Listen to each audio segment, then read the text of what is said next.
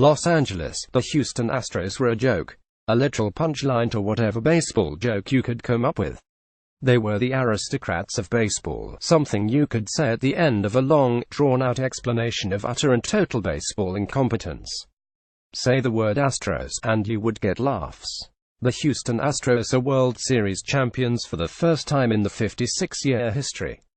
It took skill, luck, talent, and smarts, which is what it took for every other championship team before them.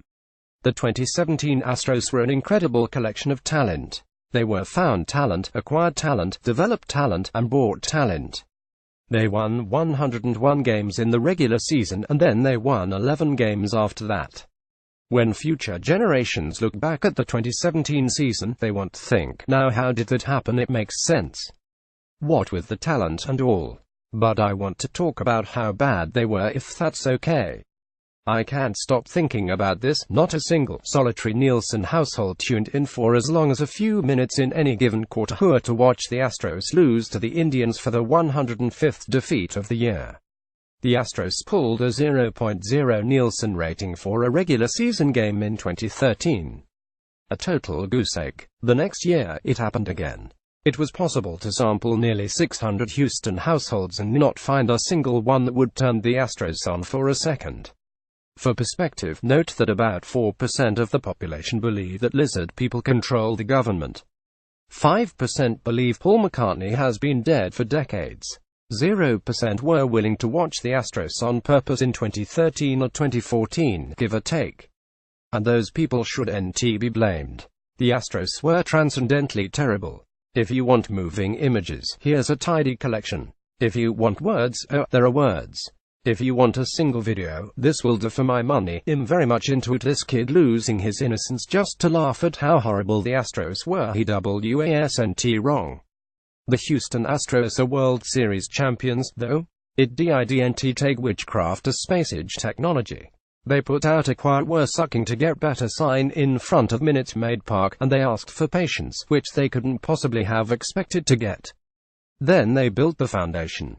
Then the frame, then the plumbing, a little drywall, and it was up before we had a chance to realize it. Suddenly, the Astros were a contender. The high draft picks, the deep farm system, and the twists of fate conspired to make them relevant again. But contending teams are a dime a dozen. The Twins made the postseason this year. The Rockies, too. The Angels and Brewers cared about what was going on in September, somehow. Next year, the Marlins, and Rays might all care about September. No, the Astros were a contender, a juggernaut, a team with enviable talent stacked upon enviable talent.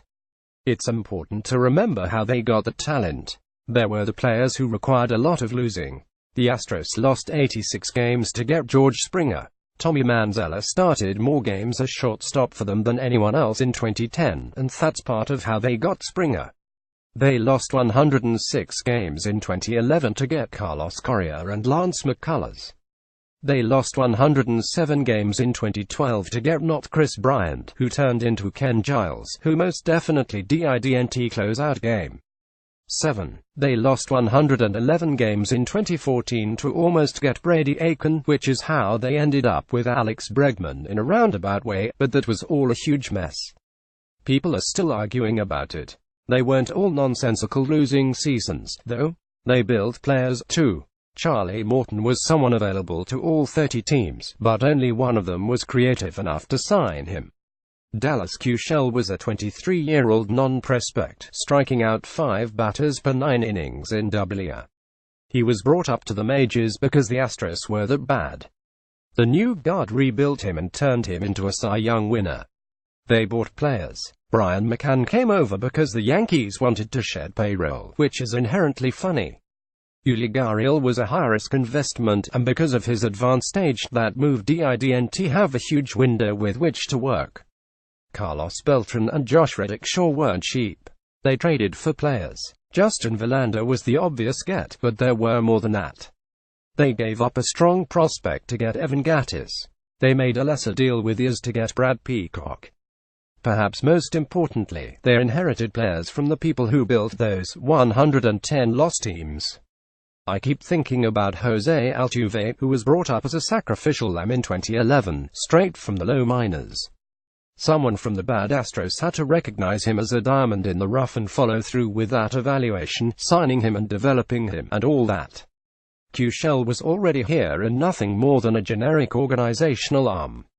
A particularly funny one is Marwan Gonzalez, who came over in the Rule 5 draft the same day in 2012 that GM Jeff Lunau was officially hired.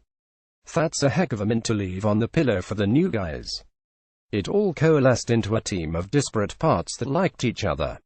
They were from all over the globe. The World Series MVP was Connecticut-born to parents from Panama and Puerto Rico. There was Cuba and Puerto Rico and Venezuela and New Mexico, and the Jewish kid from New Mexico really wanted to learn Spanish so he could speak to his teammates from Cuba and Puerto Rico and Venezuela. This team, the one that rose out of the depths of the deepest, stinkiest compost pile that was cobbled together and reinvented itself several times over, was the one in place for a city that needed something to distract itself from Hurricane Harvey. There are still people without homes, people who need a car to function, and the damage isn't completely fixed, not even close. But everyone can rally around the sports now. It's a small token, but it's an important one. In Houston, everyone was jabbering about the Astros. There were handwritten notes on the menus of restaurants all over town, and there were large, silkscreen signs in front of the hotels. The Nielsen rating was higher than 0.0 this October. Everyone was very much into this team winning for this city. Related, the 2017 Astros are a beautiful fit for the city of Houston. It took transactions, sleights of hand, unexpected developments, players left over from the last tenants, and talent. Oh, how the Astros had talent. The star middle infielders were a second baseman who was crossed between Bilbo Baggins and Pete Rose, and a shortstop who was a Greek god with puppy dog feet. They weren't a joke anymore, an automatic punchline. The 2017 Houston Astros were the best team around. And they went through the Red Sox, Yankees, and Dodgers to get there. That's 366 combined years of baseball history standing in the way, and the Astros navigated it deftly. The Astros are World Series champions. If you were around in 2011 or 2012, that still reads weird, right? They were so bad, everyone. I'd like to bring this to your attention via baseballreference.com. What a marvelous collection of faces and names. The first two rode a tandem bike to work every day, but they couldn't win a World Series. There was Jose Cruz, and Lance Berkman, and Joe Morgan, and Nolan Ryan, and Mike Scott, and Terry Poole, and Glenn Davis. It all led to this team, this one right here. This was the team that did it. The Astros had a secret legacy of pain that started with this 1980 NLCS, in which there were 4 straight extra-inning games. Can you imagine that stress? You cannot. For that, the Astros spiffed it against the '86 Mets, and they lost to the White Sox in '05. They were incapable of winning in the postseason. Until they did. This brings us to the Dodgers, the other side of the tale. The last time they won the World Series, the Astros were as old as the Rockies. Nobody is worried about the Rockies' legacy of pain. No one is contemplating the championship curse of the Rays. Which is to say, it's been a long, long time since the Dodgers have won the World Series. This is the season in which they did everything right. They built the team that went on the historic run. They traded for the complimentary ace at the deadline. They took great pains to make sure they didn't overwork Clayton Kershaw and strip him down for parts. This was the team with Chris Taylor and Justin Turner batting 7 times every inning, somehow. Let them be an example of how hard it is to win a World Series. They had everything going for them. They had the money. It was the kind of money that let the plans A, B, and C fall through, like it was no big deal. They had the talent. They had the brain trust to dig up more talent than they thought they already had. And it's still wasn't enough. The Dodgers had a plan going into Game 7. They were going to count on the All-Star to start the game. Then they were going to bring in the All-Star to bridge the gap until the next All-Star. It was a fine plan, until the first All-Star messed the bed. There was no reason for Yu Darvish to face George Springer. That's not something we needed the benefit of hindsight to complain about. It looked dicey at the time. But it wasn't the only reason the Dodgers lost the 2017 World Series. They lost because of absolutely crappy luck, among other things. The Dodgers were 1 for 13 with runners in scoring position, and they left 10 men on base. Some of those outs were hit exceptionally hard. Jock Peterson pounded a grounder that deserved better in the first inning with the bases loaded. Chris Taylor roped a ball that should have been a triple at least in the second inning, except it was a fluky double play. Yasiel Puig just missed pitches, fouling them back or popping them up. On another day, he would have been the hero. On another day, they all would have been the heroes. What we know is this: the Dodgers planned better than any team in modern history. They spent more, and they built the best baseball players they possibly could. They still couldn't navigate around the tricky obstacle of, oh, by the way, Yu Darvish's Scott Erickson now.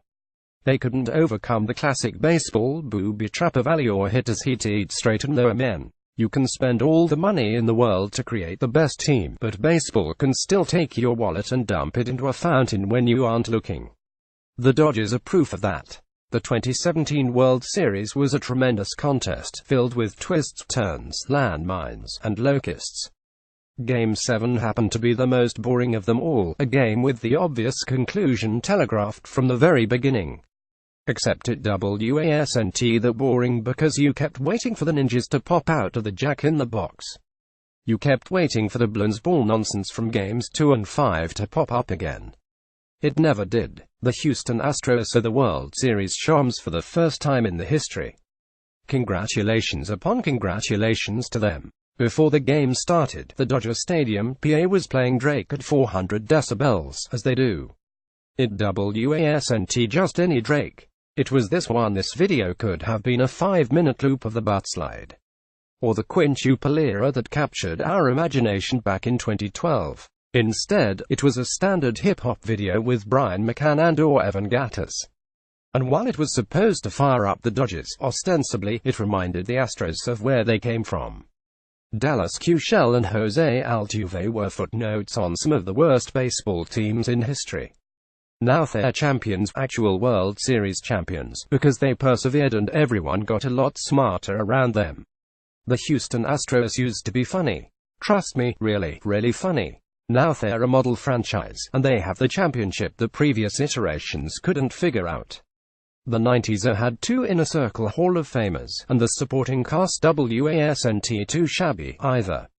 The 70s had some of the most underrated players in baseball history, with Jimmy Wynn and Cesar Cedeno.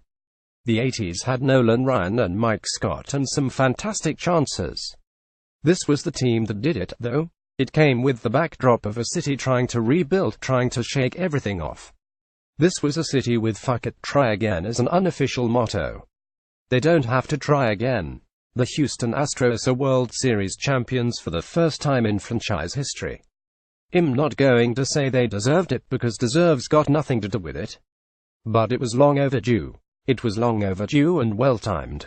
The Astros are champions, even though they were a blight on baseball, a complete embarrassment, just 3 years ago. They started from the bottom and now, well, you know. Smart teams don't have to succeed. This one did. The 2017 Astros won the World Series. You've seen the Sports Illustrated cover predicting it. It's real now. The message for the rest of baseball is this: if they can do it in just a few years, buddy, your team can definitely do it. That's a lesson that doesn't have to be applied in 2018 or 2048. It's a universal lesson, and there's no better example than the Astros. They were so bad. So bad. Now they're the champions, and they're carrying a city on their shoulders. I remember the butt slide. I remember the multiple errors on one hilarious play. But it all led to this. The Astros are World Series champions. It seemed like an obvious possibility before the season. It seemed unthinkable just a couple years ago. But it's here, and it's glorious.